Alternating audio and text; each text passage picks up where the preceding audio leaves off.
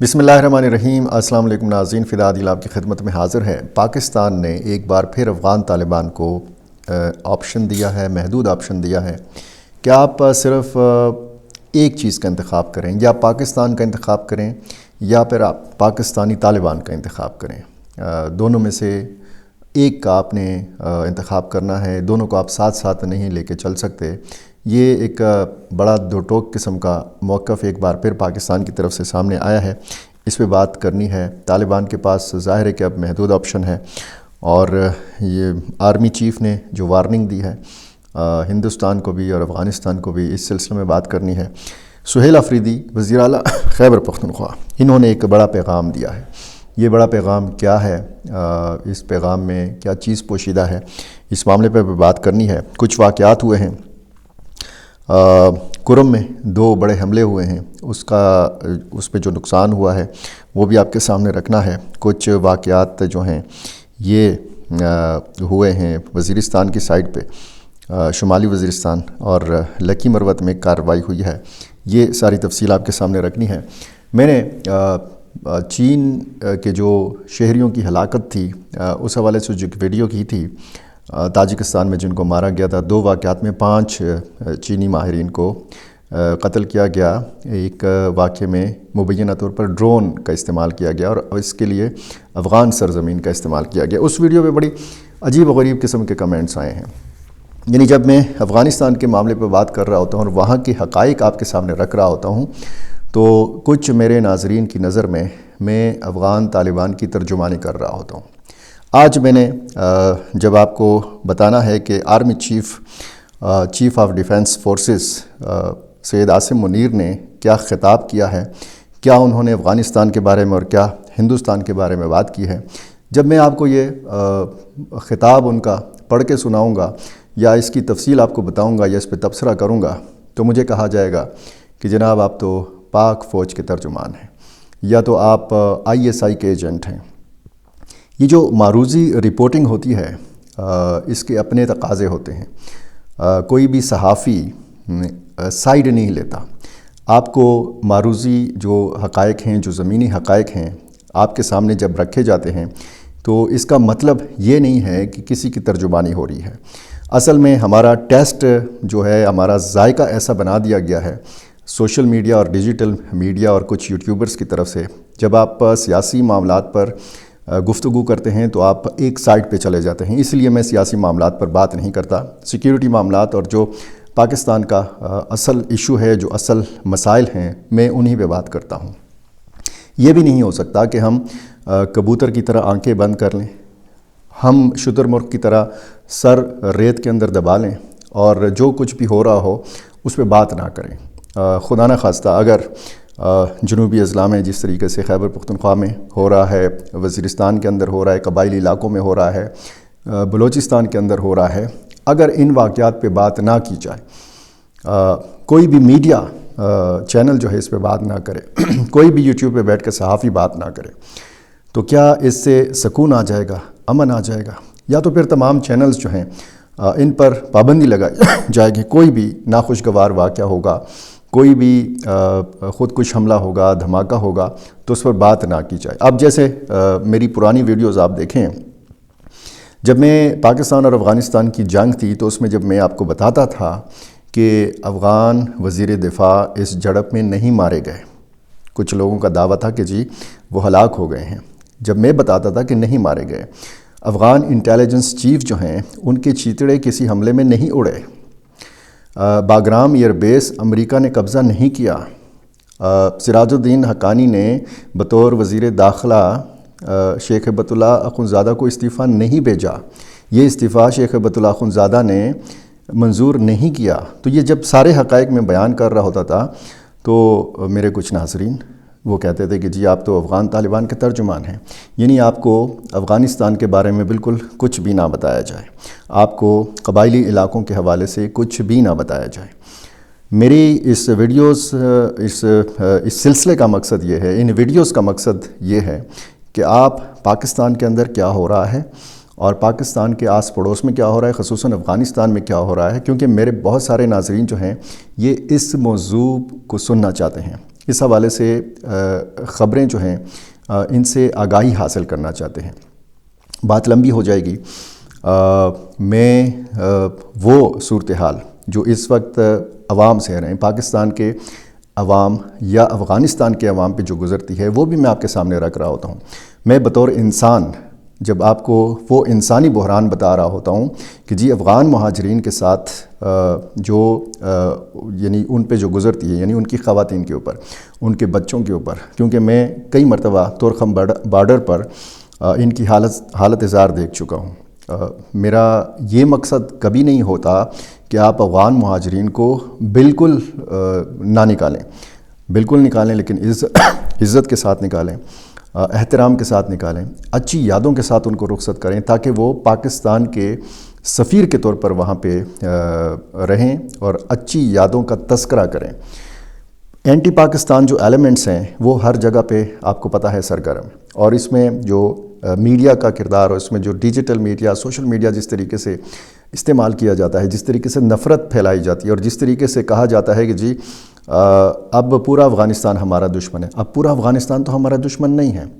پاکستان یہ واضح کر چکا ہے کہ ہمارا معاملہ افغان طالبان کے ساتھ ہے، ہمارا افغان سرزمین کے ساتھ یا افغان عوام کے ساتھ کوئی مسئلہ نہیں ہے۔ جس طریقے سے فورسز کی جھڑپیں ہوتی ہیں، پھر ان جھڑپوں کو میں افسوسناک قرار دیتا ہوں۔ دو مسلمان ملک آپس میں جب لڑتے ہیں تو اس پہ کس کو خوشی ہو سکتی ہے؟ دو برادر جو پڑوسی ممالک ہیں، ان کے مابین اگر تجارت بند ہے تو یہ دونوں کا نقصان ہے۔ کہا جاتا ہے کہ جی وہ دو پڑوسی ملک ترقی کر سکتے ہیں، یکساں ترقی کر سکتے ہیں جن کے بیچ میں ٹرک چل رہے ہوں۔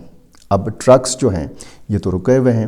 تو بہرحال بات لمبی ہو جائے گی۔ میں صرف ان ناظرین کے لیے اور ان لوگوں کے لیے جو میرا چینل دیکھتے ہیں اور کمنٹس میں جس طریقے سے وہ پھر فتویٰ لگاتے ہیں، تو پھر ظاہر ہے کہ میرے پھر کچھ جو خیر خواہ ہیں وہ پھر کہتے ہیں کہ جی آپ ان کا نوٹس نہ لیں، جانے دیں۔ بہرحال بڑے دو واقعات ہوئے ہیں کرم میں، جہاں پہ 6 سیکیورٹی اہلکار جو ہیں یہ شہید ہوئے ہیں، 4 زخمی ہوئے ہیں۔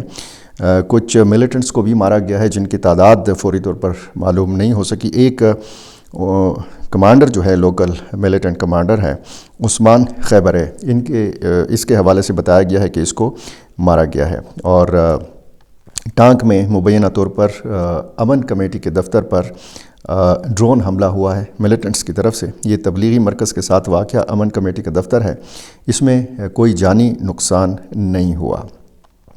اچھا، وسطی کرم میں یہ جو واقعات ہوئے ہیں، اس میں ایک واقعے میں بتایا گیا ہے کہ 2 ملیٹنٹس مارے گئے ہیں، 2 زخمی ہیں، اور یہ کرم میں 2 واقعات جو ہیں یہ ایسے ہوئے ہیں۔ شمالی وزیرستان سپین وام میں سیکیورٹی فورسز کی کارروائی ہوئی ہے، 2 ملیٹنٹس کو جو ہے یہ مارا گیا ہے، اور تقریباً 7 جو ہیں یہ زخمی ہیں۔ اسی طرح ایک اور خبر اسی علاقے سے، شمالی وزیرستان سے، کہ ایک مبینہ طور پر ڈرون حملہ ہوا ہے عام سویلینز کے اوپر، اور 15 سے زائد افراد اس میں زخمی ہوئے ہیں، اور کہا جاتا ہے کہ جی ملیٹنٹس کی طرف سے یہ کیا گیا ہے، یہ سیکیورٹی فورسز کے ذرائع نے بتایا ہے۔ زخمیوں کو، جن میں خواتین بھی شامل ہیں، خلیفہ گل نواز اسپتال بنو منتقل کیا گیا ہے۔ لکی مروت سے خبر ہے کہ سیکیورٹی فورسز کی کارروائی میں ایک مبینہ ملیٹنٹ کمانڈر سمیت 7 ملیٹنٹس جو ہیں یہ مارے گئے ہیں۔ انٹیلیجنس بیسڈ آپریشن ہوا ہے۔ اچھا، باجوڑ لوئیسم میں سی ٹی ڈی اور سیکیورٹی فورسز نے ایک بتایا گیا ہے کہ جی منصوبہ ناکام بنایا ہے، بارودی مواد انہوں نے برآمد کیا ہے، اور یہ علاقہ ہے لوئے سمشا گولو، یہ اور ملحقہ علاقوں میں یہ کارروائیاں جو ہیں یہ کی گئی ہیں۔ آرمی چیف نے، chief of defence forces field marshal Syed Asim Munir نے کہا ہے کہ بھارت کسی خود فریبی یا گمان میں نہ رہے، اگلی بار پاکستان کا جواب پہلے سے بھی بررفتار اور شدید ہوگا۔ یہ ایک منفرد اور اپنی نوعیت کی پہلی ایسی تقریب منعقد ہوئی جی ایچ کیو میں۔ آپ کو پتہ ہے کہ فیلڈ مارشل سید عاصم منیر اب چیف آف ڈیفنس فورسز ہیں، اور انہوں نے یہ وہاں پہ خطاب کیا۔ پاک بحریہ اور پاک فضائیہ کے جو سربراہان تھے یہ بھی اس موقع پر موجود تھے۔ گارڈ آف آنر پیش کیا گیا، چیف آف ڈیفنس فورسز، اور یہ نیا ڈائریکٹریٹ جو ہے، نیا ہیڈ کوارٹر، اس کا باقاعدہ افتتاح ہوا ہے۔ فیلڈ مارشل سید عاصم منیر نے کہا کہ پاکستان ایک امن پسند ملک ہے، تاہم کسی کو بھی پاکستان کی خود مختاری، علاقائی سالمیت اور پر آنچ اور ہمارے عزم کو آزمانے کی اجازت نہیں دی جائے گی۔ کوئی ہمارا عزم آزمانے کی جرات نہ کرے۔ سید عاصم منیر نے کہا کہ طالبان رجیم جو ہے، ان کے پاس فتنہ الخوارج یا پاکستان میں سے کسی ایک کا انتخاب کرنے کے علاوہ کوئی آپشن نہیں ہے۔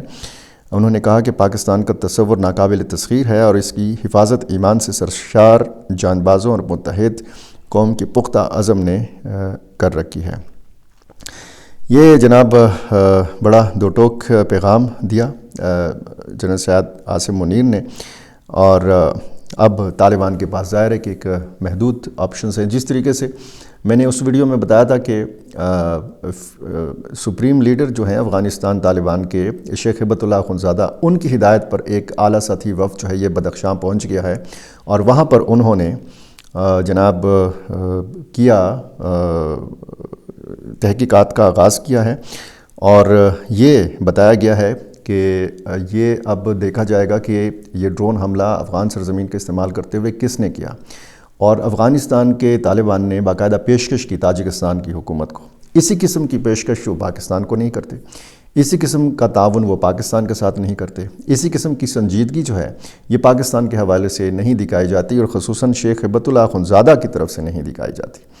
تو یہ اب پاکستان اور افغانستان کے جو تعلقات ہیں یہ دن بدن بگڑ رہے ہیں۔ کچھ معاملات کے حوالے سے کچھ خبریں ایسی ہیں کہ سعودی عرب ایک بار پھر سے سرگرم ہے۔ ایک ریاض میں مختصر سا ایک سیشن ہو چکا ہے مذاکرات کا، اس سے پہلے دوحہ اور استنبول میں ہوا، تو اب یہ امکان ہے کہ ایک بار پھر یہ مذاکرات کی جو ٹیبل ہے یہ سجائی جائے، جو بیچ میں معاملات تعطل کا شکار تھے ان معاملات پر دوبارہ سے بات کی جائے۔ اچھا، آج پشاور کے پولیس لائنز میں ایک تقریب منعقد ہوئی۔ اس موقع پر وزیر اعلیٰ خیبر پختونخوا سہیل آفریدی نے پولیس کو بلٹ پروف گاڑیاں اور جدید اسلحہ اور سیکیورٹی آلات باضابطہ طور پر حوالے کیے۔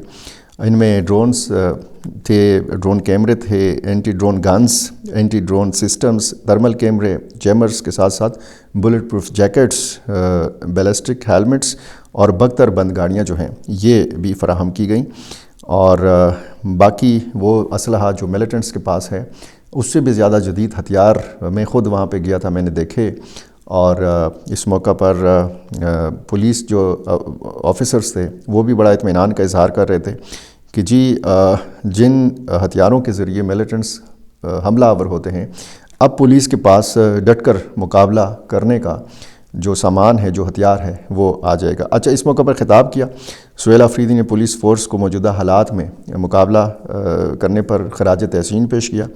انہوں نے کہا کہ پولیس فورس کے جذبے جوان ہیں، سیکیورٹی فورسز کے ساتھ ہراول دستے کا کردار ادا کر رہے ہیں۔